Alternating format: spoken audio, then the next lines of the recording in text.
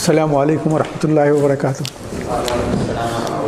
قال الله تبارك وتعالى في الكلام المجيد والفرقان الحميد فأعوذ بالله من الشيطان الرجيم بسم الله الرحمن الرحيم إن الله وملائكته يصلون على النبي يا أيها الذين آمنوا صلوا عليه وسلموا تسليما اللهم صل على محمد وعلى آل محمد كما صليت على إبراهيم وعلى آل إبراهيم إنك حميد مجيد اللهم بارك على محمد وعلى آل محمد كما باركت على إبراهيم وعلى آل إبراهيم. Today we are concentrating on ayah number 183 to 187.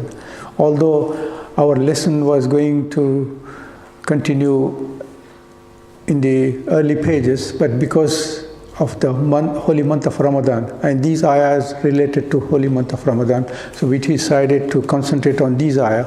Although in future we were going to continue this ayah, but this is more appropriate to do it now. As far as the Salah and Zakat are concerned, in Al-Qur'an Al-Kareem, this is discussed so many times in Al-Qur'an Al-Kareem, various places. But as far as the Psalm is concerned, this is the only place all the details of Psalm are given. Nowhere else in the book of Qur'an you come across details of the Psalm, what is Psalm and how is it performed, what are the conditions and so on and so forth. This is the only place in Al-Qur'an Al-Kareem which discusses the Psalm. And as you remember that this is one of the bases of the five we discussed earlier on in one of the hadiths, that the basis of our deen and Islam are five, and this is Psalm is one of them. So we are inshallah going to recite these ayah and going to the translation and tafsir of this. Before starting, I'm telling you that there have been so many meetings and lectures and you have attended about the welcoming in the month of Ramadan and what is Psalm and the details, and lots of discussions have been going. So I'm not going to say something new, because I'm going to say what is there in the Al-Qur'an Al-Kareem and what are the things mentioned in the books of Hadith. So you cannot bring something with your own mind to say that nobody has said, so I am going to say something new. No, not like that.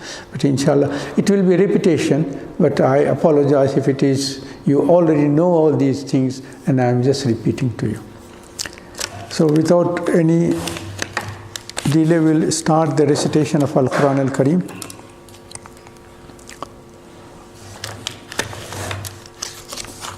Ayah number 183 to 187.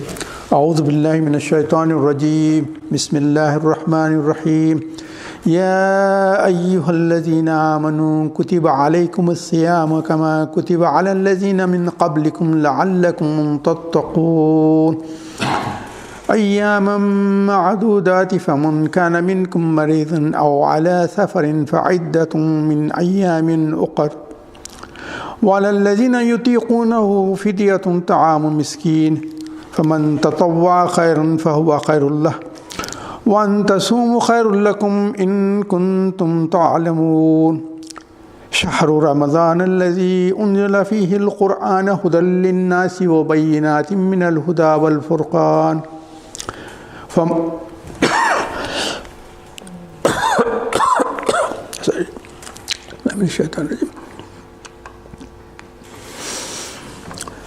شهد منكم الشهر فليصمه ومن كان مريضا أو على سفر فعدة من أيام أخر يريد الله بكم اليسر ولا يريد بكم العسر ولتكملوا العدة ولتكبروا الله على ما هداكم ولعلكم تشكرون وإذا سألك عبادي عني فإني قريب أجيب دعوة الداعي إذا دعاني فليستجيبوا لي وليؤمنوا بي لعلهم يرشدون أحل لكم ليلة الصيام الرفث إلى نسائكم هن لباس لكم وأنتم لباس لهن علم الله أنكم كنتم تقتاتون أنفسكم فتاب عليكم وعفى عنكم فالآن باشروهن وابتغوا ما كتب الله لكم وكلوا واشربوا حتى يتبين لكم الخيط الأبيض من الخيط الأسود من الفجر ثم أتموا الصيام إلى الليل ولا تباشروهن وأنتم عاكفون في المساجد تِلْكَ حُدُودُ اللَّهِ فَلَا تَقْرَبُوهَا كَذَلِكَ يُبَيِّنُ اللَّهُ آيَاتِهِ لِلنَّاسِ لَعَلَّهُمْ يَتَّقُونَ صدق الله العظيم.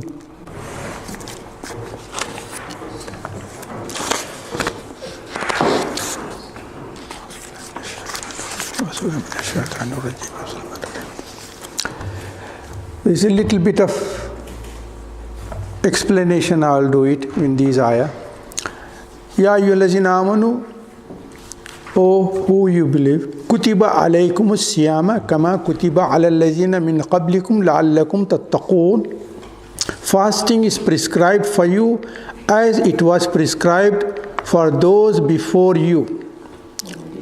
And the whole idea or the basis of fasting is to be tattaqoon, the one who is holding the taqwa.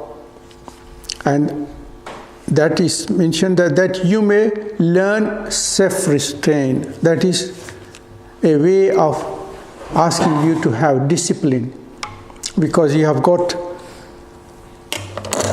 things which are necessity for you, but Allah subhanahu wa ta'ala, when He wants to test you, He will ask you all the time, this is all the free things you have been doing, but to obey me, restrain you from these things.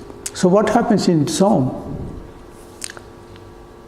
The food is halal, the drink is halal. So the halal things are made haram for a specified period. But if you are following the instruction to make something which has been halal as haram, but have you got the right to make something which is haram even in the beginning, to make it halal during the Psalm? No. What are we forbidden? About using our tongue in ghiba, backbiting, lying.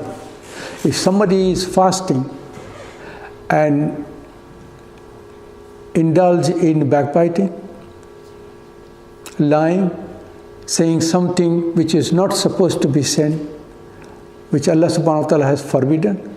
So we are making haram something which has been halal, and making halal something which has been haram even without the song. This is very, very important point for us to remember. That when we are fasting, when we are starting to have self-restraint, to educate our body, to have discipline, how can we allow the body and our mind, our heart to roam away from the things which have been forbidden even before performing the song? So this is very, very important point for us to know. The next ayah, we will discuss about what is taqwa later on, but we will proceed with this ayah.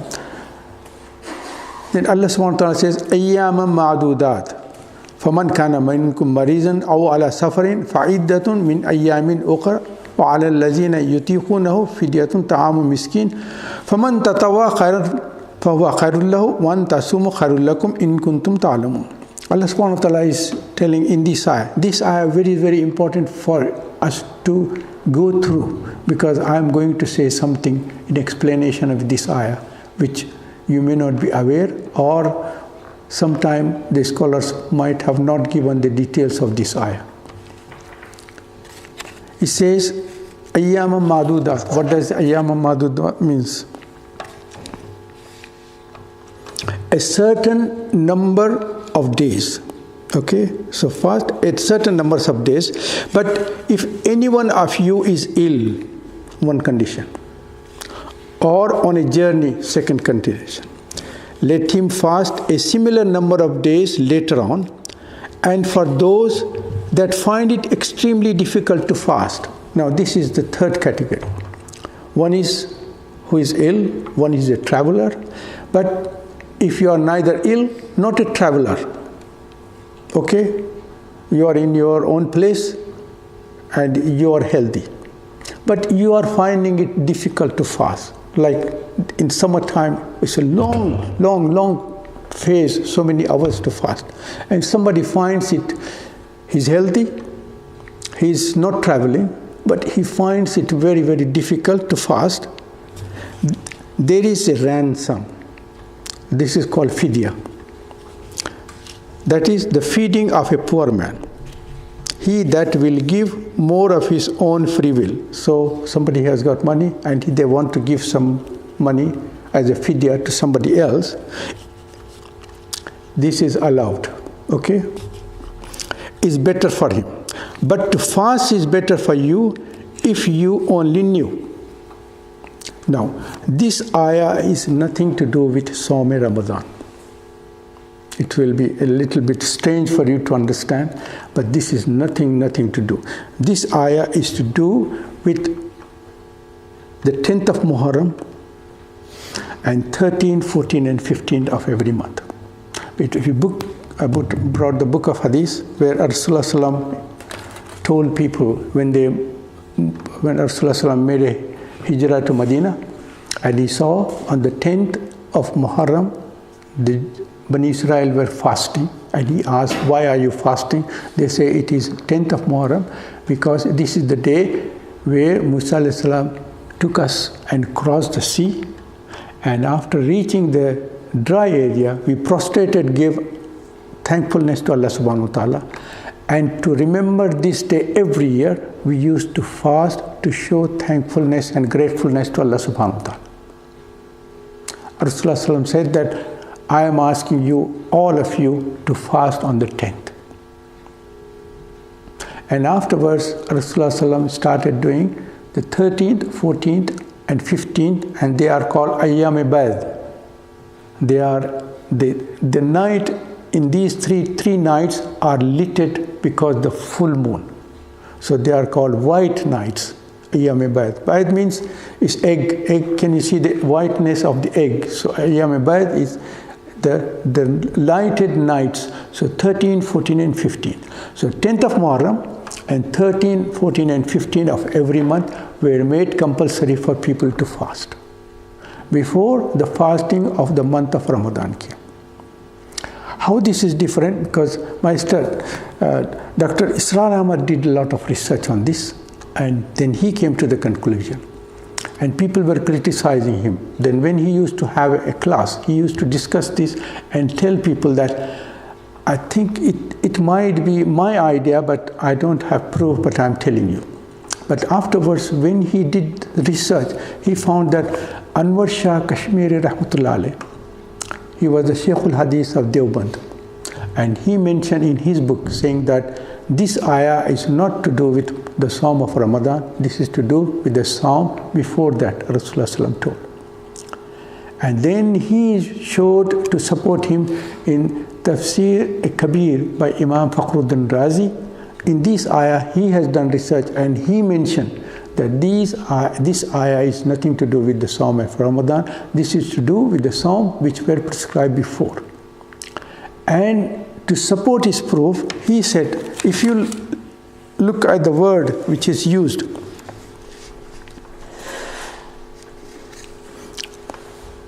Ayyamam Ma'dudat. Ayyamam Ma'dudat means numbered days. You cannot say 1 month as few days. For a month you have to say a whole month. Shahar means month. Okay? So whole month is called a month, not few days. And to support his point, he said that in Al-Qur'an al-Karim, Allah subhanahu wa ta'ala is in somewhere else. If you turn to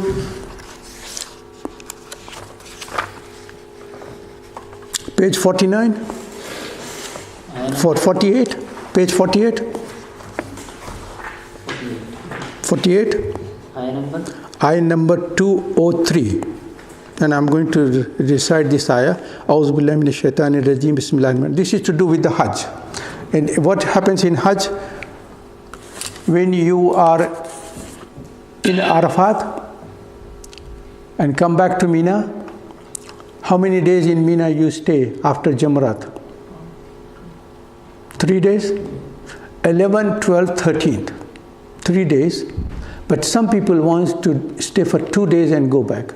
and some people stay for three days. Okay? So, and Allah subhanahu wa ta'ala says that if you want to stay for 2 days, it's okay. If you want to stay for 3 days, it's okay. Okay? So, listen to this ayah. A'udhu billahi minash shaitanir rajim. وَذْكُرُوا فِي أَيَّامٍ مَعْدُودَاتٍ. Again, أَيَّامٍ مَعْدُودَاتٍ has come here. Because it's numbered days, this will be 3-4 days. Not a whole month. Yes, I'm gine chune din. Gine chune din. You count them. Yeah. 1 month, we won't be able to count in 29, 30 days. It will be counted as a month, not few days. وَاذْكُرُوا اللَّهَ فِي أَيَّامٍ مَعْدُودَاتٍ فَمَنْ تَعَجَّلَ فِي يَوْمٍ فَلَا إِثْمَ عَلَيْهِ وَمَنْ تَأَخَّرَ فَلَا إِثْمَ عَلَيْهِ لِمَنِ اتَّقَى وَاتَّقُوا اللَّهَ وَاعْلَمُوا أَنَّكُمْ إِلَيْهِ تُحْشَرُونَ. So what Allah subhanahu wa ta'ala is telling us here? And remember. For how? For few days? Appointed. Certain days. Yeah, appointed number days. Yes? This and Lord gives you both in the also. Allah during certain days numbered. Okay? He that lives in 2 days, there is no sin for him, and he who stays longer, there is no sin for him. If his aim is to do right, have fear of Allah, and now know that you shall all be gathered before Him. So yeah, the same thing, Ayyam Ma'dudat, is explained somewhere else, and this is 3 days. 3 days. And that is 13, 14, 15. So this ayah is to do with this. The second and the third proof is that in this ayah, because this has nothing to do with the Sawm Ramadan, Allah subhanahu wa ta'ala is telling us freedom. 3 categories. One is ill, one is a traveler, and the third one is neither ill nor traveler, but if he finds it difficult to fast, then for these 13, 14, 15 or the 10th of Muharram, permission is given that you can pay to the poor. But at the same time Allah is saying that you can give it, but if you fast, that is going to be better. So there is no order from Allah subhanahu wa ta'ala. Okay, that's this important point I wanted to mention, so that sometimes we recite this and mix it with the fard, because there is no order from Allah subhanahu wa ta'ala to do this. Otherwise, they would not have been given choice to us. Now the next ayah comes. Now comes the fardiyat. From now, ayah number 185. Okay? شهر رمضان الذي أنزل فيه القرآن هدى للناس وبينات من الهدى والفرقان فمن شهد منكم الشهر فليصمه. This is an order from Allah subhanahu wa ta'ala. Whoever witnesses this month, they must fast. Okay? But here the exception is given to only 2. Either somebody who is ill or who is a traveler. So this ayah now clarifies.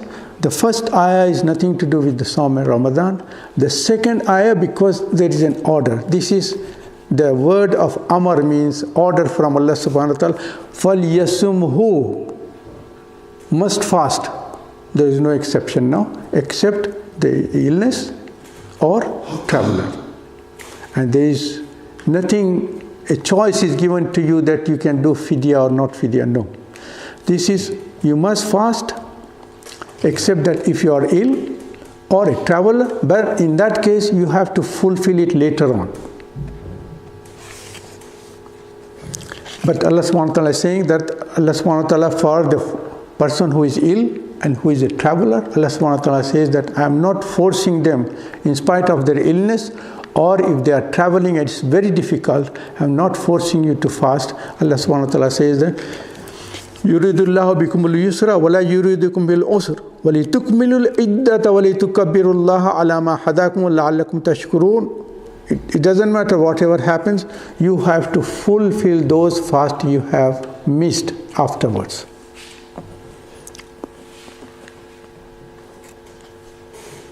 And the whole idea is, in the first place, in the beginning, Allah subhanahu wa ta'ala says tattaqun. The second time He says tashkuru.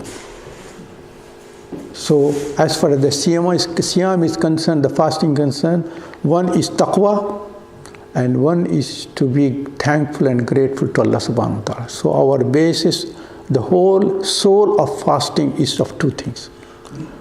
One is taqwa and one is shukr. Though two things should be done immediately, and it should be in our heart. Now Allah subhanahu wa ta'ala, وَإِذَا سَأَلَكَ عِبَادِي عَنِّي فَإِنِّي قَرِيبٌ أُجِيبُ الدَّعْوَةَ الدَّاعِ إِذَا دَعَانِ فَلْيَسْتَجِيبُوا لِي وَلْيُؤْمِنُوا بِي لَعَلَّهُمْ يَرْشُدُونَ. Allah subhanahu wa ta'ala. Now this ayah has come suddenly in between. And this ayah is not related to sound. So this is, what happens is, when Jibreel salam brought the wahi to Rasulullah sallallahu alaihi wasallam, all these 23 years, the first wahi, which was the first wahi came? Iqra bismi rabbikal ladhi. And what our Qur'an starts from? Alif Lam Mim. So it is not, the Quran is not constructed according to the wahi, first wahi. No, the first wahi comes in the 30th juz. And when Jibreel salam later on came, and he said that this ayah to be from this place, this ayah to go in this place, this ayah to go to this place, this ayah to go to this place. So this ayah has nothing to do with the psalm, and the whole sequence is going of Ramadan in the whole is 183 to 187, and this ayah just comes in the middle, and it has nothing to do. But Jibreel salam told him, just place this ayah there. And also Jibreel salam told him to place this ayah here. And we by mistake continue this ayah thinking that this is to do with Ramadan. No. This ayah is to do with the Psalm of Ayyam Bad and the 10th of Muharram. So this point I wanted to clarify. This was very, very important for me to say, that I would like to express my views and to explain to you what Dr. Israel Ahmad, Imam Mohiud-Din Razi, Maulana Anwar Shah Kashmiri told us. But it doesn't matter if people don't want to discuss this as a separate thing, but they want to do it, it's no problem, is it? وَإِذَا سَأَلَكَ عِبَادِي عَنِّي فَإِنِّي قَرِيبٌ أُجِيبُ دَعْوَةَ الدَّاعِ إِذَا دَعَانِ فَلْيَسْتَجِيبُوا لِي وَلْيُؤْمِنُوا بِي لَعَلَّهُمْ يَرْشُدُونَ. When my servant asks you about me, I am indeed close to them. I answer the call of the caller when he calls to me. Therefore, let them listen to my call and put their trust in me. Allah subhanahu wa ta'ala, can you see this ayah where Allah subhanahu wa ta'ala is telling, when anybody is asking for help or dua, then tell them to talk to me directly. In Surah Zumar is there, an ayah is there, أعوذ بالله من الشيطان وقال ربكم ادعوني أستجب لكم. What about Asbab al-Nuzul? So do we now have details of Asbab al-Nuzul for both of these ayahs? That clarifies it. Yeah. It is in Imam Mohiud-Din Razi has picked up that point. But the other Mufassirin has said, Paul, we are going through the translation and the ayah, let's go, and then not a lot of them have discussed, but he has given the proof. And it is self-explaining. Ayyam Ma'dudat is where you count in fingers, 3 days, 2 days, 3 days. This Ayyam Ma'dudat is again proved with the time of Hajj, where you are in Mina for 3 days. The same Ayyam Ma'dudat is mentioned there. So the real evidence is the Asbab al-Nuzul rather than Asbab al-Nuzul, Asbab al-Nuzul, but also the explanation of Quran and the ayah itself different.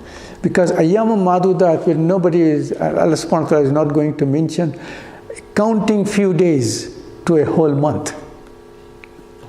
And that is supported by, in the Hajj, it says Ayyam Ma'dudat is, and explain that it's 3 days. But whoever wants to come leave Mina before 3 days, They have right to do that and no sin in that. But who wants to continue for the 3 days? There is no sin in it. And this ayah suddenly this ayah came, which is not part of the Psalm itself. So this ayah which came is nothing to do with the Psalm of Ramadan. But Jibreel Salam said that put this ayah here, put this ayah there. And this ayah which I was explaining is وَإِذَا سَأَلَكَ. This is very, very important for us to remember. You have to, if you want anything, ask Allah subhanahu wa ta'ala, no one else. No one else. That's why he says, وَإِذَا سَأَلَكَ عِبَادِي عَنِّي فَإِنِّي قَرِيبٌ أُجِيبُ دَعْوَةَ الدَّاعِ إِذَا دَعَانِ فَلْيَسْتَجِيبُوا لِي. Let them ask me. And in Surah Az-Zumar, وَقَالَ رَبُّكُمْ أُدْعُونِي أَسْتَجِبْ لَكُمْ. Tell the people, all the people who worship me, do ibadah, ask me. And Allah subhanahu wa ta'ala has not included Rasulullah in between. Otherwise, Allah subhanahu wa ta'ala says, قُلْ هُوَ اللَّهُ أَحَدٌ قُلْ أَعُوذُ بِرَبِّ الْفَلَقِ. You tell them. Here, Allah subhanahu wa ta'ala has moved Rasulullah away. He said, no, I'm not asking you to tell them. I am directly telling. وَقَالَ رَبُّكُمْ. Direct to us, not through our Rasulullah. وَقَالَ رَبُّكُمْ. Allah subhanahu wa ta'ala is telling, your Rabb is telling you, O people who worship me. قَالَ رَبُّكُمْ أَسْتَجِيبُ لَكُمْ. So ask me, not through anybody else. So this is a direct thing. And dua is something which Allah subhanahu wa ta'ala loves. To ask him. If you ask somebody else, one time he'll give you, second time he might give you, third time he'll give you, fourth time he'll say, what's this man? Keep asking me help. But Allah subhanahu wa ta'ala, the more you ask, the more he's pleased. The more he loves you.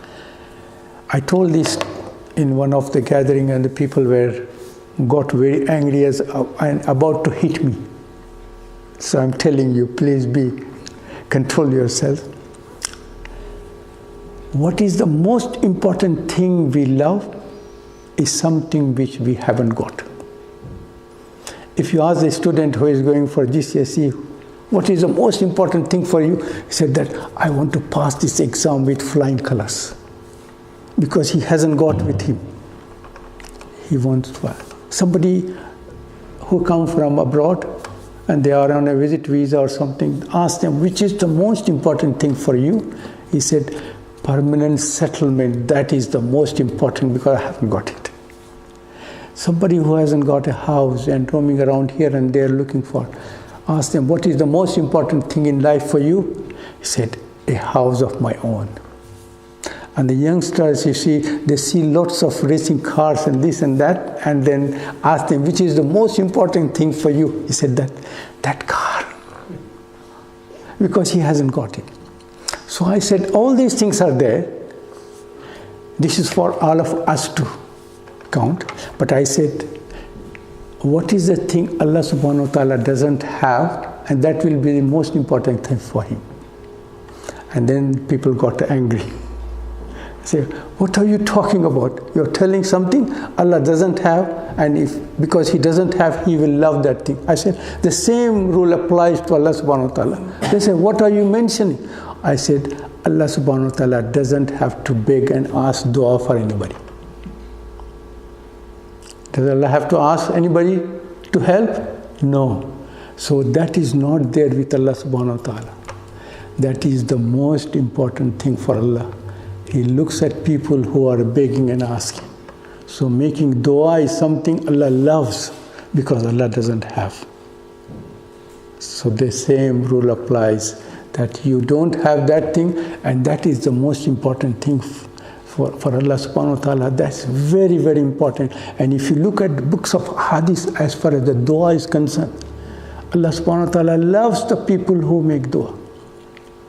What is the position of Ibrahim alayhi salam?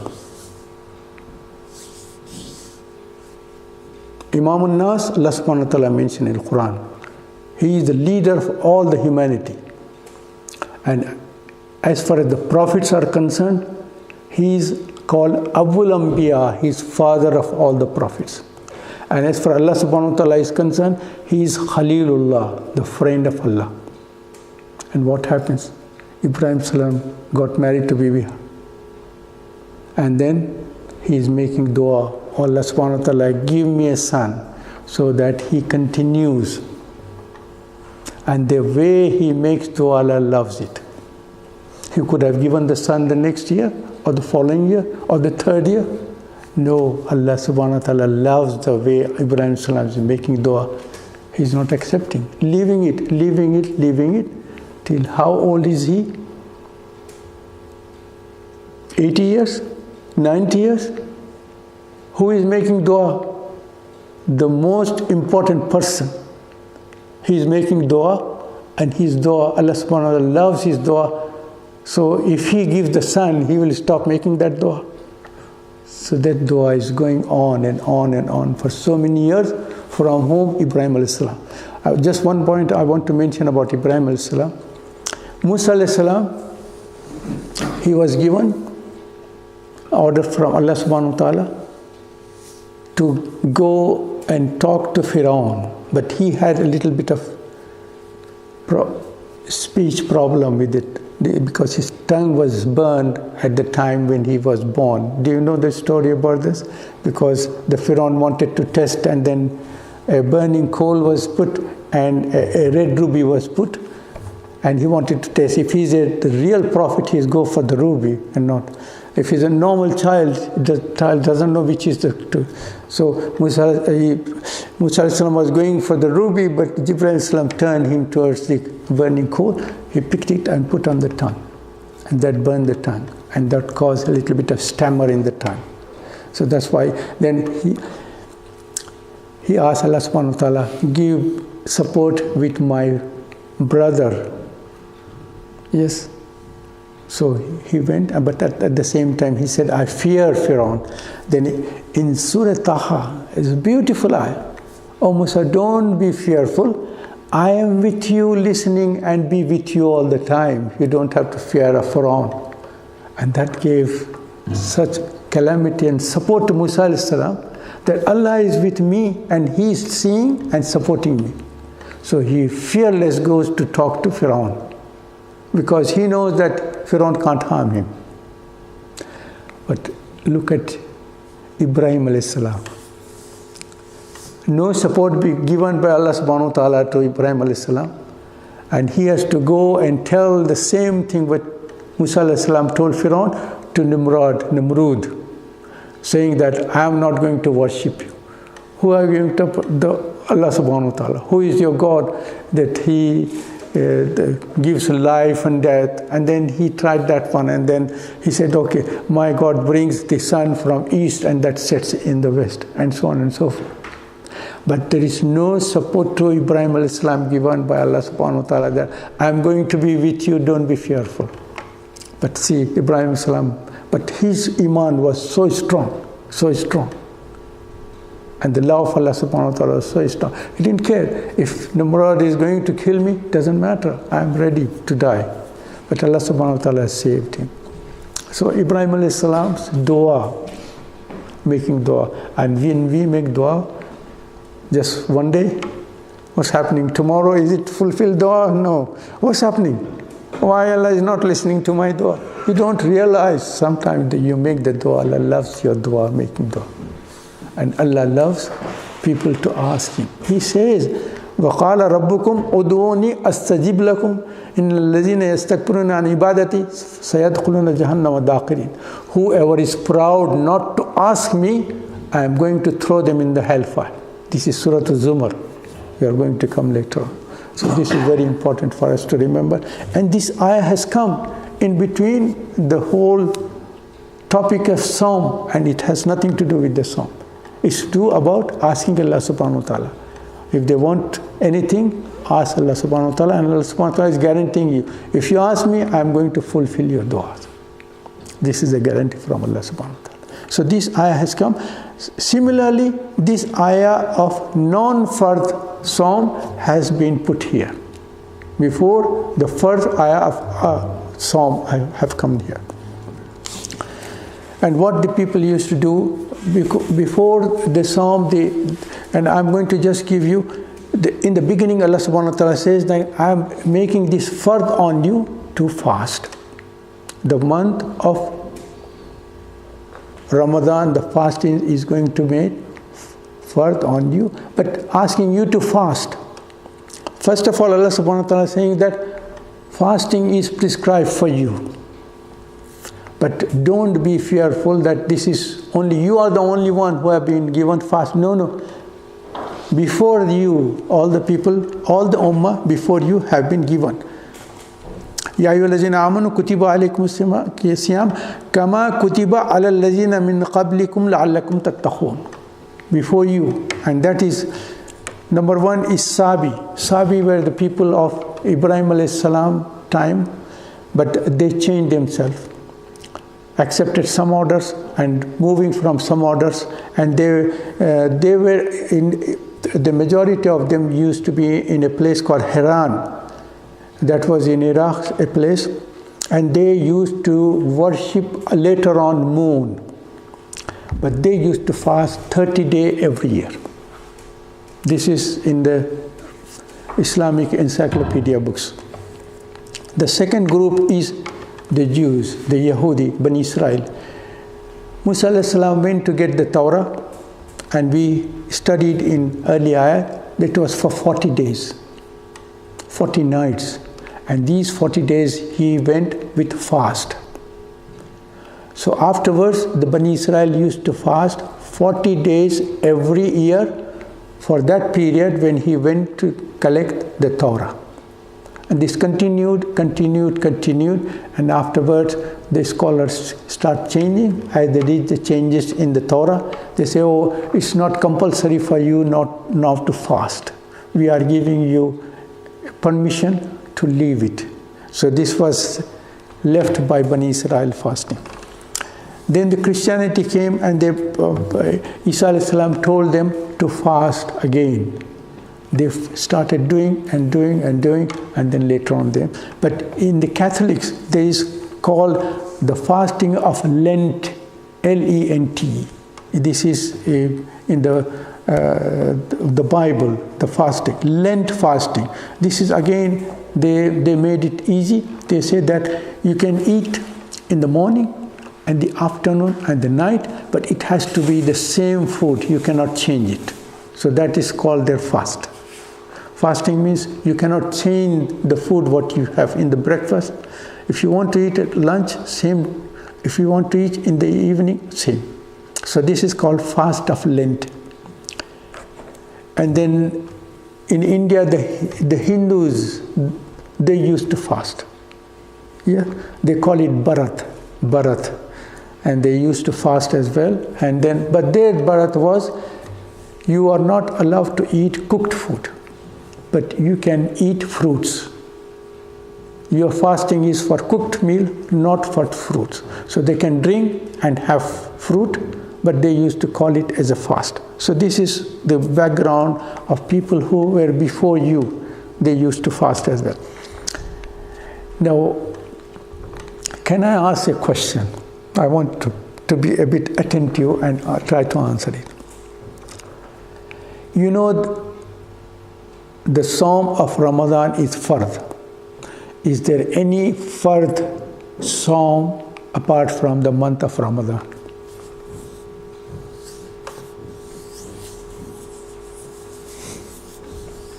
When you do Qurbani, so you have to...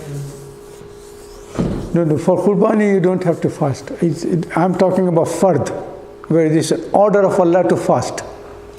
Is it the Psalm for Eid? No, you cannot fast on Eid. Both 2 days are accepted. You mustn't fast on Eid al-Fitr or Eid al-Duha. When you missed fast during Ramadan. No. You are just completing them. So it is the Psalm of Ramadan which was missed, you are completing it. I am asking, apart from the month of Ramadan, is there any further fast? This is in the Hajj period or fast day? But they are not fast. No. It's optional. You know, 9 days fasting is optional. 10th of Muharram. 10th of No, it's sunnah. It's nafil now. Once, this where Rasulullah asked to fast 13, 14 and 15 and the 10th before the Psalm of Ramadan came. Once the Psalm of Ramadan came that this is the one to fast, the other became nafil. But the fast, which is the first apart from the Ramadan. No? Okay.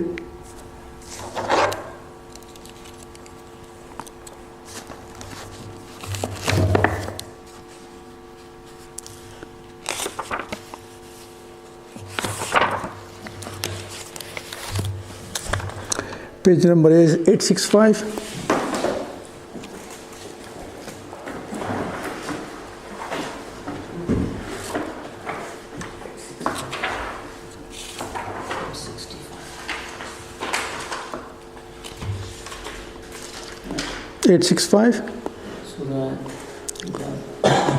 Mujadala. This Surah Mujadala, inshallah, when we come to that one, this is to do with a person. The lady's name was Khayla, and the husband got one time angry and told her, "Your back is like the back of my mother." And in those days, if you say that, that is, you made your wife haram for yourself. It's like mother, so you cannot have any relationship with your mother. So he told that couple of times, and that woman started crying because their marriage has gone completely. She went to Rasulullah complaining that I am getting older now, no longer a young person now to get married to somebody else. Nobody is going to marry me now. Or Rasulullah, do something. This person has dissolved our marriage. Then he didn't answer for a little while. Then these Surah Mujadila, all these ayah were revealed to Rasulullah. Aisha radhiyallahu ta'ala was near to Rasulullah, but she didn't hear what this woman was telling. She was telling very slowly, very slowly. So she said, Allah subhanahu wa ta'ala heard something which I didn't hear, which I was very close to. And this was the Shan Nuzul of these ayah. And then Allah subhanahu wa ta'ala says that when you made a promise, and if you break the promise, then you have to fast. This is an order given by Allah subhanahu wa ta'ala. If you go to ayah number 4, there are conditions. Either you have to feed so many people or free a slave. If you can't do, then you must fast. This is an order from Allah. فَمَنْ لَمْ يَجِدْ فَصِيَامُ شَهْرَيْنِ مُتَتَابِعَيْنِ مِنْ قَبْلِ أَنْ يَتَمَاسَّ. So before touching her, you have to fast 60 days. And this is فَمَنْ لَجِدْ فَصِيَامٌ. This is an order from Allah subhanahu wa ta'ala that becomes a fard. If you break your promise, this fasting is a fard from Allah subhanahu wa ta'ala, an order. Like Allah subhanahu wa ta'ala ordered us to fast in the month of Ramadan. If you haven't got the facility to free the slave, and you cannot feed 60 people, then you yourself have to fast for 60 days if you break your promise to Allah subhanahu wa ta'ala. And number 4, فَمَنْ لَمْ يَجِدْ فَصِيَامُ شَهْرَيْنِ مُتَتَابِعَيْنِ مِنْ قَبْلِ أَنْ يَتَمَاسَّ. Before touching her, fast 60 days.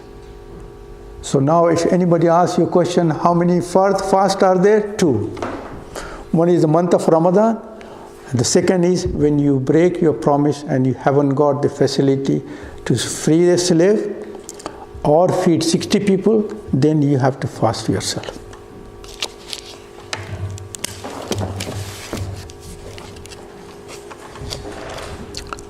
Then what happened is people used to follow the rules and regulations of Bani Israel. For their fasting, after the sunset, if they sleep, then their fast started from the time they slept. If they woke up in the middle of the night, they cannot eat because their fast started as soon as you sleep. But for us, Allah subhanahu wa ta'ala have given us the permission to eat before the Suhar time. Yeah, Suhar is that before the dawn starts, we can eat. It doesn't matter even if you sleep and wake up. But before this ayah was revealed, people used to follow the same rules of the fast starting as soon as they sleep. So one Sahabi, he was working hard all day, and at the time of Maghrib, he just had a bite of date, and he was so tired he slept. He was thinking that I want to eat it, but he was so tired he couldn't resist and slept. And he woke up and then suddenly said, now I can't eat because I had a good night's sleep. He woke up and the wife had the food to offer, but he said, I cannot eat because we are following the same rules of Bani Israel. Once you sleep, you cannot eat. So the fast continued. And then he was so ill. The next day they came to Rasulullah. He said that again he was working the second day without any food and he was collapsing, and so they came and asked Rasulullah. Then that is the time these ayahs were revealed, that you can fast, and then the second thing with the same thing is that people used to, after breaking the fast, before starting the fast, the night time, they used to go to the wife for relationship. But then they used to think that this is not allowed in Bani Israel. So what we are doing is a sin. But they had in their heart, but they couldn't resist, and this has happened a couple of times. And this was revealed to Rasulullah that what shall we do about the sins we have committed? Then this ayah was revealed to Rasulullah that أعوذ بالله من الشيطان الرجيم أُحِلَّ لَكُمْ لَيْلَةَ الصِّيَامِ الرَّفَثُ إِلَى نِسَائِكُمْ هُنَّ لِبَاسٌ لَكُمْ وَأَنْتُمْ لِبَاسٌ لَهُنَّ عَلِمَ اللَّهُ أَنَّكُمْ كُنْتُمْ تَخْتَانُونَ أَنفُسَكُمْ فَتَابَ عَلَيْكُمْ وَعَفَا عَنْكُمْ فَالْآنُ بَاشِرُوهُنَّ وَابْتَغُوا مَا كَتَبَ اللَّهُ لَكُمْ وَكُلُوا وَاشْرَبُوا حتى يتبين لكم الخيط الأبيض من الخيط الأسود من الفجر ثم أتموا الصيام إلى الليل ولا تباشروهن وأنتم عاكفون في المساجد تلك حدود الله فلا تقربوها كذلك يبين الله آياته للناس لعلهم يتقون. Again, Allah subhanahu wa ta'ala is telling that let them listen to my call and put their trust in me, that they may be rightly guided. It is not lawful for you to lie with your wives on the night of the fast. They are apparel to you as you are an apparel to them. Allah knows that you were betraying yourself because they were committing this act and they think that this is a sin to commit, but still they were committing it. Then that you were betraying yourself. But He turned to you, He has relented towards you and forgave you. Therefore you may now lie with them and seek what Allah has prescribed for you. Eat and drink until you can tell a white thread from a black one in the light of the coming dawn. Then complete the fast till nightfall and do not have sexual intercourse or relationship with them while you take to your mosque. These are the limits set by Allah. Keep well within them. Thus He makes known His revelation to mankind that they may learn self-restraint. So Allah subhanahu wa ta'ala has given permission, but at the same time this ayah was revealed. حَتَّى يَتَبَيَّنَ لَكُمُ الْخَيْطِ الْأَبْيَضُ مِنَ الْخَيْطِ الْأَسْوَدِ, the white and black thread. So one of the Sahabi, his name is Hatim bin Addi radiyallahu ta'ala anhu. He is the son of Hatim. You know Hatim Tai, we heard lots of stories, very generous man. His son, his name is Hatim, Hatim bin Addi. He accepted Islam, and then what he used to do is put a black thread and a white thread under his pillow. And in the night time he used to wake up and see, are they looking same black or one is black and one is white? Till he sees them, they are different colors, then he used to eat. And some people told Rasulullah, this is his way of determining what time to do this. So he said, call him. Then they called him. Then he sat down and Rasulullah asked, what are you doing? He said that I put a black thread and white thread.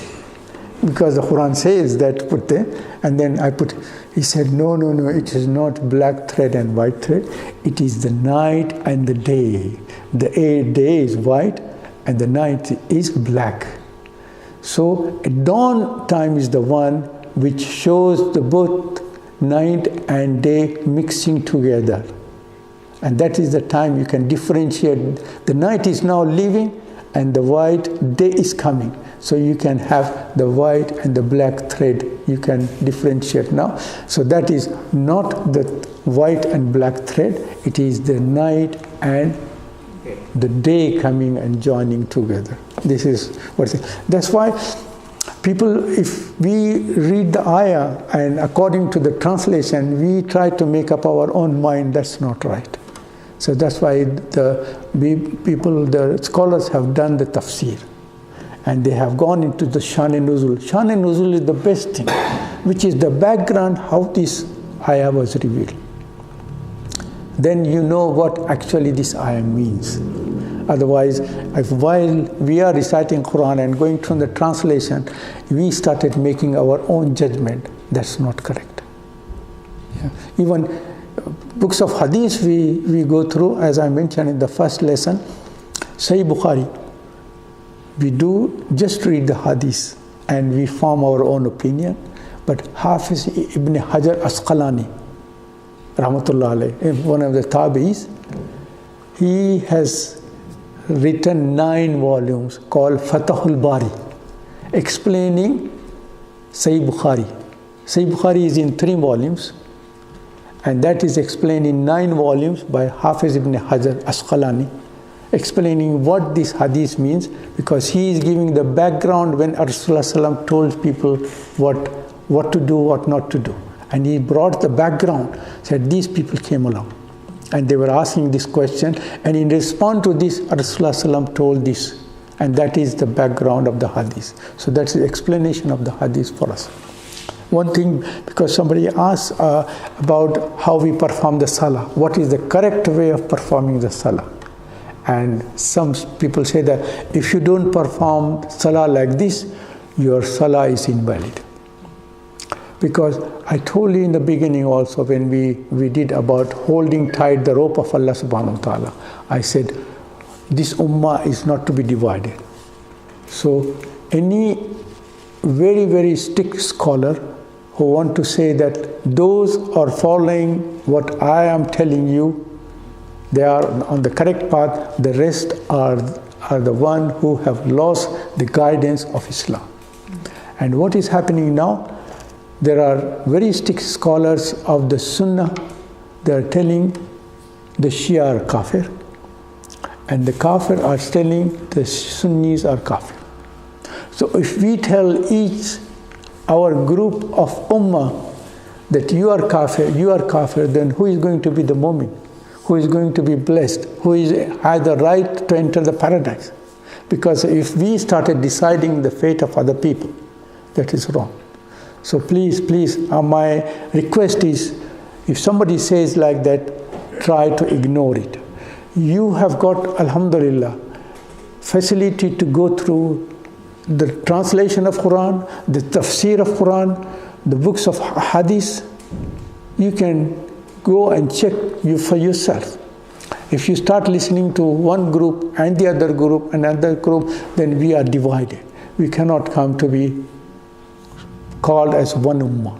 So because somebody 2-3 days ago, after Isha Press came to ask me, said, I just want to ask you, what do you think about the Shias? Are they kafir or not? I said, please, they are our brothers, okay? There might be differences, like 2 brothers of the same family have differences. They are Muslim, and we should treat anybody who says Allah is one. The Prophet Muhammad is our prophet, and they have accepted Al-Quran Al-Karim as the book of guidance. They are Muslim. Apart from that, whatever belief they have got, we don't have to worry about that. This is the matter between them and Allah subhanahu wa ta'ala. On the day of judgment, they are going to have argument. Somebody came to Imam Abu Hanifa asking that what is the fate going to be of Yazid? Is he going to be thrown into hellfire? The Imam Sahib said that, look, if you really want to love Imam Hussein and Imam Hassan, send the durood for Allah, Rasul sallallahu alaihi wasallam, because the durood is Allahumma salli ala Muhammadin wa ali Muhammadin. So you are sending salutation to the children of Rasul sallallahu alaihi wasallam. That is the best way to show your love. Rather than saying that the person who caused this trouble, he should be thrown into hellfire. He said that I have got no right to decide who is going to enter hellfire or not. It's like if there is a case discussed in Old Bailey and there are judges sitting on there and you are listening to the case and you are in the audience, and after listening you suddenly stand up and say, I am giving the verdict, this person should be sent to prison for 20 years. And the judges sitting said, excuse me, who are you? This is the panel of judges in Old Bailey. We are deciding. And who are you? You are an audience sitting in, listening to the case, and you want to give judgment of your own self. So that's how we should behave. The judgment on the day. That's why Allah subhanahu wa ta'ala in Surah Al-Fatiha, Maliki Yawmiddin, He is the Lord of the day of judgment. No other person has a right, and he doesn't have to take opinion from anybody. What should I do about this person? Give me an idea, what should I do? No, He is the Lord. He is the Lord of the day of judgment. He is going to decide who is going to enter paradise, who is going to enter the hellfire. So we are not here to do judgment on people. If somebody starts telling kafir, kafir, kafir to any other person, then who is going to enter the paradise? So please be careful. Everybody who has faith on Allah as the one God, and Rasulullah sallam, their prophet, and Al-Qur'an Al-Karim is the book of guidance. If they accept these three things, for us they are Muslim. What else they do, as far as the Sahaba is concerned, they are telling all sorts of lies and this and this and this. It is between them and Allah subhanahu wa ta'ala and the Sahaba. When Imam Abu Hanifa was asked about the Yazid going to hellfire, he said, okay, sit down. Listen, what is the position of Imam Hussein? Such a high position. And what was his act of forgiveness? He used to forgive and forgive and forgive. Suppose on the day of judgment, he says, I am forgiving Yazid in front of you. What are you going to say? You have no right. So he has got such an important personality. On the day of judgment, if he says, I forgive Yazid, we have got nothing to do. So we cannot decide the fate of other people according to what we think about other people. So never go into, as I say, hold the rope of Allah tightly. وَلَا تَتَفَرَّقُوا. Don't be divided. That's Allah subhanahu wa ta'ala is telling. Hold it tight. Don't divide yourself.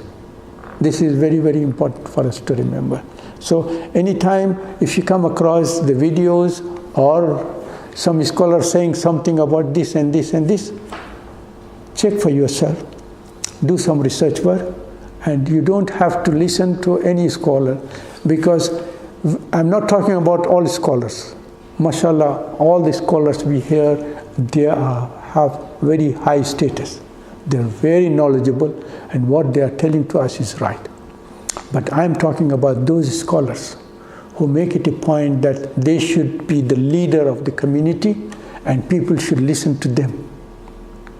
And that is the background why Bani Israel's, the leaders of Bani Israel, the scholars of Bani Israel did not accept Rasul Sallallahu Alaihi Wasallam as a prophet. They said, if we accept, our authority is gone.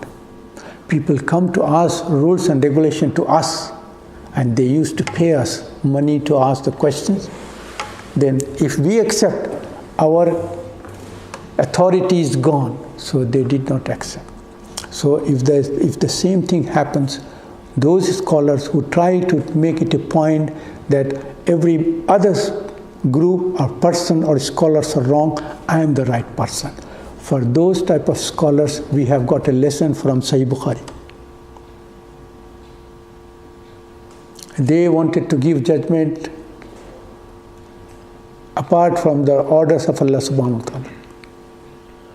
When you make a tawbah, Allah subhanahu wa ta'ala forgives you. And the Sahih Bukhari, the hadith is there, you might have listened so many times. A person killed 99 people, came to ask, will I be forgiven? They said, please go and ask a scholar. He went to that scholar and he asked, I have murdered, killed 99 people. I want to repent. Will Allah subhanahu wa ta'ala is going to forgive me? Because he had the authority, he said, no, Allah can't forgive you. And that person killed that scholar as well, making it 100.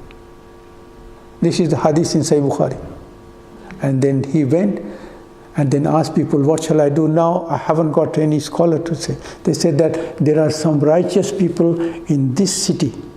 You go and ask them and they will guide you about whether your tawbah is going to be accepted or not. And this person traveled to that country. On the way he died.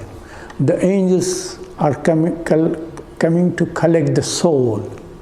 And there are a group of angels who collect the soul of a sinner and the soul of a person who is virtuous. And the angels, both group came. And then they were saying, who is going to take this soul? And they were having argument. And they asked Allah subhanahu wa ta'ala, please guide us, who should be taken? Then Allah subhanahu wa ta'ala said, measure the distance from he traveled to the place where he was going to travel. If the distance which is closer to that country, then take the soul of as a righteous person, because his intention was to ask for forgiveness. So when they measured, his distance was closer to the country where he was going for forgiveness. But in the explanation of the hadith, it says that he was closer to the place where he was walking. Then Allah subhanahu wa ta'ala moved his body closer to the place he was going. So when they measured, the distance was closer to the place he was going to. So the soul was taken by the angels who take the soul of a righteous person. So I'm not talking about all the scholars, but I'm telling about, be careful about some scholars. Even in the Shia group, there are some scholars who tell all the Sunnis are kafir. And they say all sorts of stories about saying that these, Nauzubillah, this Sahabi, they were all munafiqeen. So these were all, we should not accept them as the companions of the Prophet ﷺ.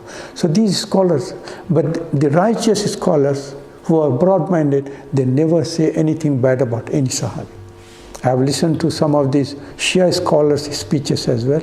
But whenever they say the name of Umar Radhiyallahu Anhu, say Umar Radhiyallahu Anhu, peace be upon him. And Aisha Radhiyallahu Anhu, peace be upon her. This is the learned scholars of Shia. They are showing respect. But you ask some of the very strict type of scholars who want their own position, and they want people to support them, and they say all the Sunnis are kafir. And they say the Sahaba, except for the counted few Sahaba, the rest of the Sahaba, and Nauzubillah, they were all munafiq. So that's the reason I'm telling you, please be careful about the scholars. Not all scholars are like this, but be careful. But if anybody asks, who are you, say Muslim, I would say don't say, because honestly this is Deobandi, this is... No. These have given us such a destruction to the Muslim mark, and I honestly, Allah subhanahu wa ta'ala says, Inna Allah la yaghfiru an yushrika bihi wa yaghfiru min duna dhalika liman yasha. In Surah An-Nisa, 2 times this ayah has come. Allah subhanahu wa ta'ala is not going to forgive shirk, partners with Allah subhanahu wa ta'ala. Apart from that, any sin he has committed, Allah subhanahu wa ta'ala might forgive him. This forgiveness is without asking for tawbah. without tawbah. But if somebody has committed shirk and he makes tawbah, Allah subhanahu wa ta'ala is going to forgive the shirk also. But without asking for tawbah, Allah subhanahu wa ta'ala says that I'm not going to forgive anybody who has committed shirk unless he does tawbah. But apart from that, even with shirk, if he has committed other sins, he might forgive the rest of the sin, but he is not going to forgive shirk. But if he asks for tawbah for shirk, the shirk is going to be forgiven as well.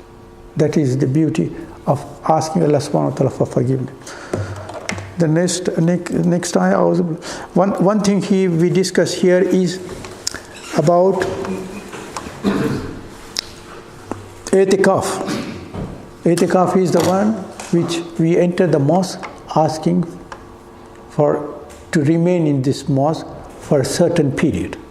And this in month of Ramadan is the last 10 nights.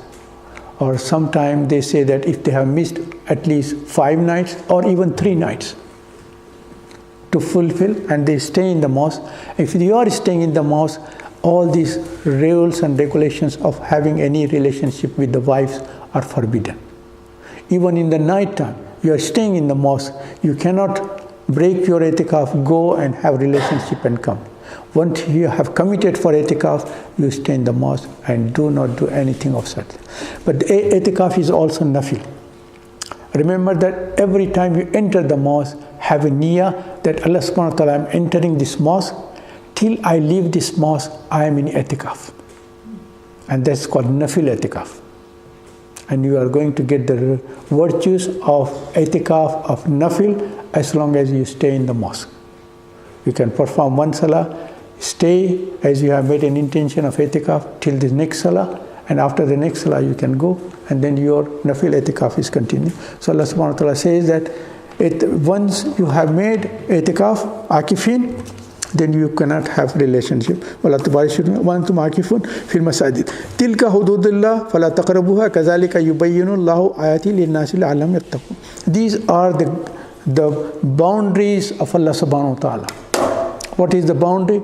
If I give example that if sometimes there is the military exercise going on, they are using rifles and ammunitions and things like that, but they make a border saying that military exercise is going on, don't come near this border.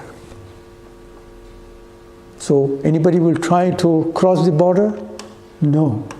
That's Allah subhanahu wa ta'ala said, this is my hudud, this is my limitation, these are my boundaries. Don't cross them. So don't take these things lenient, saying that, okay, I might try this and this and this. No. When Allah subhanahu wa ta'ala has given us our orders, should not make our own judgment. This is very important for us to remember. One ayah has come about hunna libasul lakum wa antum libasul lahunna. The husband and wife are as garments to each other. And I perform the nikah also. So in nikah I mention this ayah. Allah subhanahu wa ta'ala says, as far as the husband and wife are concerned, they are like garments to each other. And what does garment do to us? This is warm weather, but when we have in December time, very cold, and we had some snow few weeks ago, and they say the beast of the east has come, and then suddenly without any notice there was snow. And so what happens when you go out of the house? You cannot go in sleeveless, okay?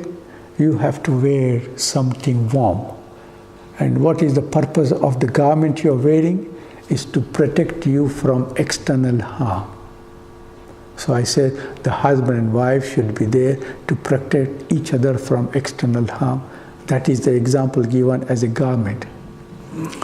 The second thing is, sometimes some people have skin diseases, patches or so. They used to wear short clothes sometimes, but then when the patch is at the lower leg, they are wearing long clothes to hide it. So what is the purpose of the garment here? Is to cover the weakness. So the husband and wife should be there to cover each other's weaknesses. And if you attend some wedding and some parties, You don't wear the normal clothes, you wear some special clothes. And you'll see that person, he looks completely different with different nice clothes. So what is the purpose of the garment there? It beautifies the personality. The same person who used to see on normal clothes, that person completely looks different because of the beautiful clothes. So the husband and wife should be there to beautify each other's personality. And the last thing I say is, the garment is closest to the body. So the husband and wife should be close to each other, especially at the times of trials, tribulations, and calamities. When you are going through some bad patch, the husband and wife should be there to support each other, give comfort and support. I give the example. In the office, sometimes if you have made a very blunder mistake and everybody is criticizing you, your own friends, your colleagues, you say, come on man, what happened to you? How could you make such a blunder mistake? We never expected this from you. And everybody, whoever listens says the same thing. He leaves the office, drives back to home, tell the wife what he has done in the office. And after hearing that, if the wife says, how could you do that? What a blunder mistake you have done. Then what is the difference between the outsider and the wife? The wife should be there to support. Don't worry, we are all human. We all make mistakes. Suppose I was in your place, I would have done the same mistake. That is the comfort and support you need. That is the way the garment is closest to the body. I will give you an example from the seerah of Rasul sallallahu alaihi wasallam. The first revelation comes, Iqra bismi rabbika allazi khalaq. Jibreel alayhi salam he saw in his whole body, and then he came down, he told him, and then Rasulullah sallam walked straight away to the house and told Khadija radhiyallahu ta'ala anhu, and he was trembling and shivering and sweating. But at the same time he said, cover me, I'm feeling very cold, I'm feeling very cold. And the hadith says, Zammiluni, put blanket over me. And she asked, what is the problem? She said, I saw this angel. He came along, he told me this and this and this. If there was somebody else, would have said what? Are you all right? Are you seeing things? Are you hearing things? No, she did not say. She said, don't worry. I know you are a kind person. You are kind to the orphans. You look after widows. You support the poor people. Your speech and talk is such nice. Nothing harmful can come to you. What you are telling is right. And he said, all my life, I remember the words told by Khadija to me, and that time that gave me support and comfort. And that's what I needed at that time. He said, I never forget the words she told me. And she was there to support Rasul also.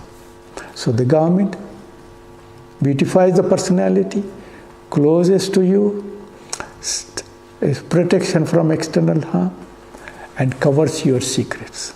And that's why I say the husband and his wife should. That's why Allah subhanahu wa ta'ala is saying, Hunna libasul lakum wa antum libasul lahunna.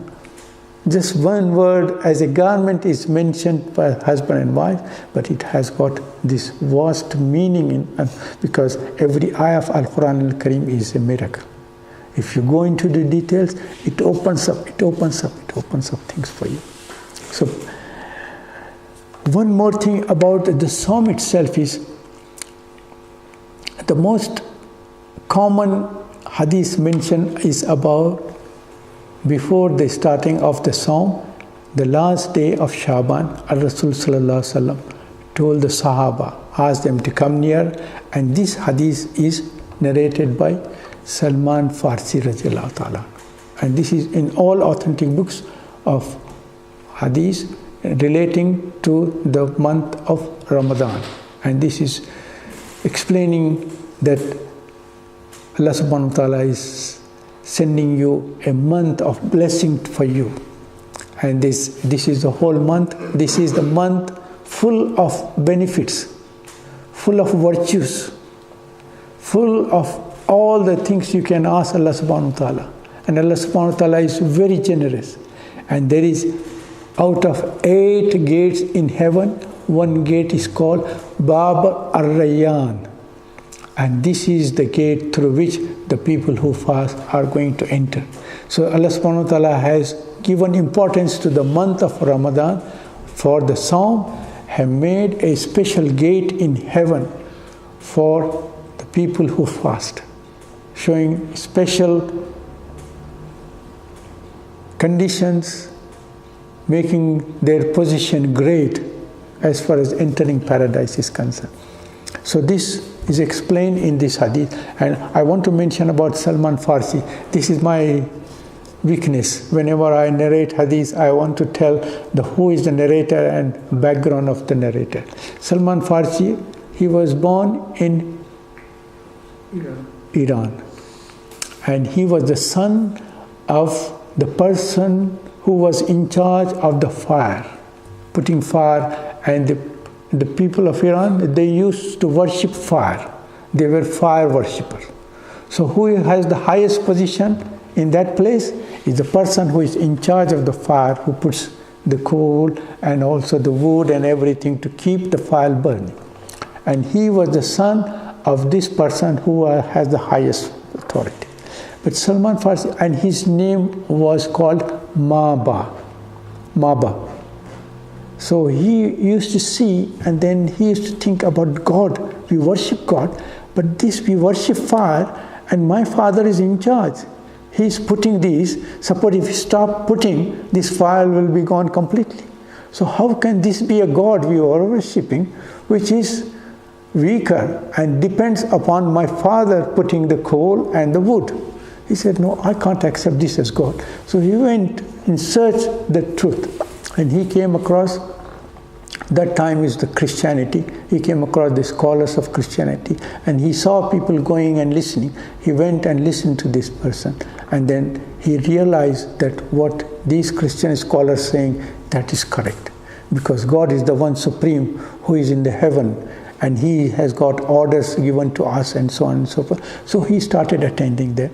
When the father knew that he is attending somewhere else, he was very cross, and he gave him a warning.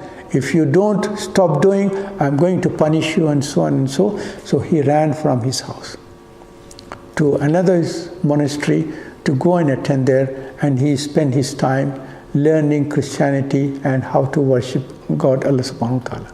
But when this priest time came, he got old and he was about to die.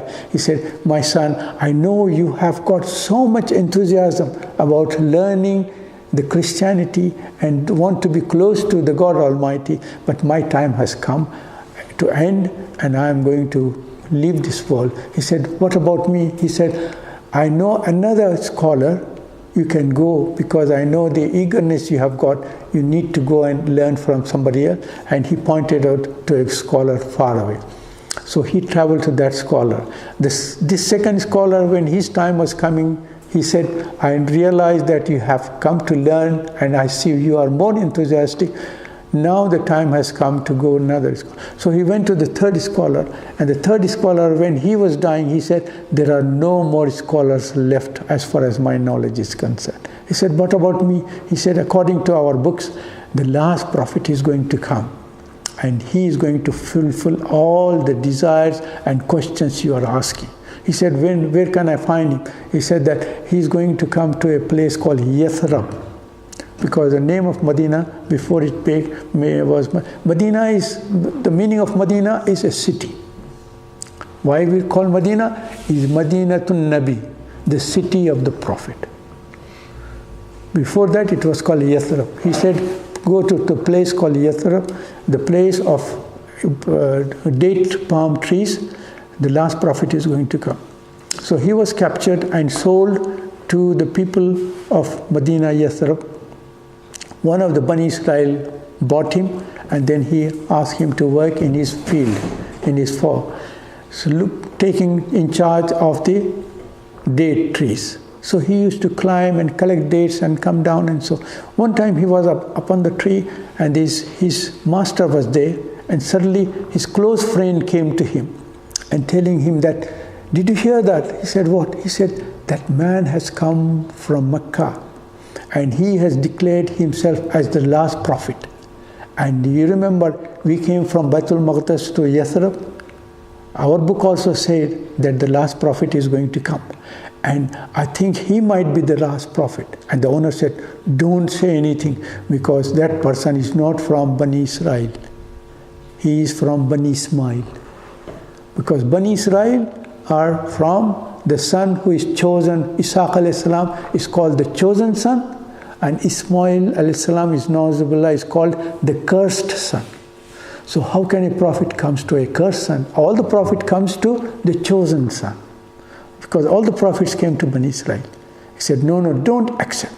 When he listened, he came down from the tree, and he said, oh, what are you talking about, which man? And suddenly they both look at him. He said, go and do your work. Don't ask any questions. Come on, leave it. And then he went away. And before he left to the scholar who guided him, he said, you are telling about the last prophet. How is I'm going to recognize this prophet? He said, I'll give you 3 things to recognize him. One is that he is not going to accept any sadaqah. Second thing is that he is going to accept any gifts. And the third thing is that he has got a seal of prophethood on his back.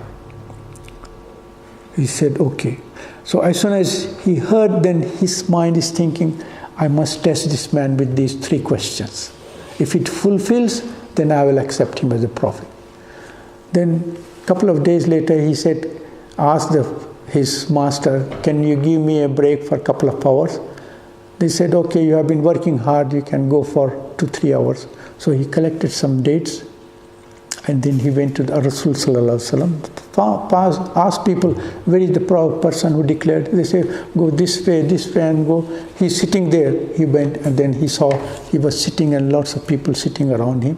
He went and saw the face. It was a very lighted face, and he said, the sooner I saw the face, my heart says that this is the last prophet. But he said, no, let me test it.